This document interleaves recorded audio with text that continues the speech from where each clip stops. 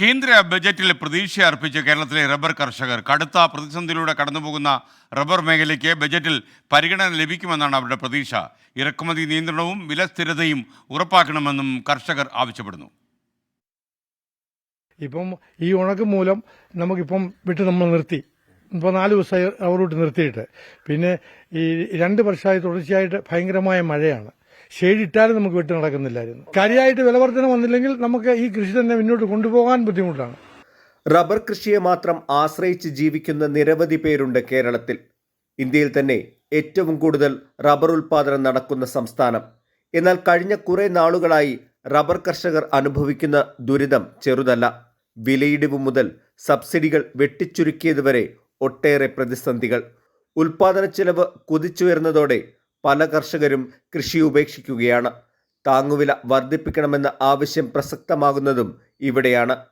Rubber കർഷകരെ സംബന്ധിച്ച് ഏറ്റവും വലിയ ബുദ്ധിമുട്ട് ഇപ്പോൾ ഇത് ടാപ്പ് ചെയ്യാനൊന്നും ആളില്ല.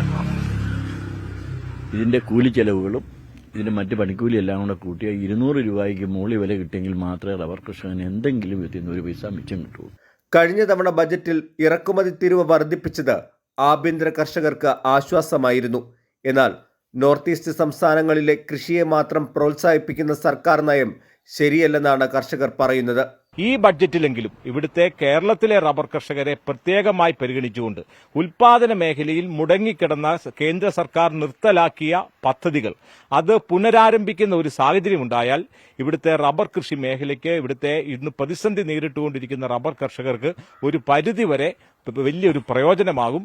റബ്ബർ ആക്ട് അടക്കമുള്ള വിഷയങ്ങളിലും കേന്ദ്ര സർക്കാർ എന്ത് നിലപാട് സ്വീകരിക്കുമെന്നും കർഷകർ ഉറ്റുനോക്കുന്നു. 250 രൂപയായി റബ്ബർ വില വർദ്ധിപ്പിക്കണമെന്ന ആവശ്യമാണ് കർഷകരുടെ ഭാഗത്തു നിന്നും ഉണ്ടാകുന്നത്.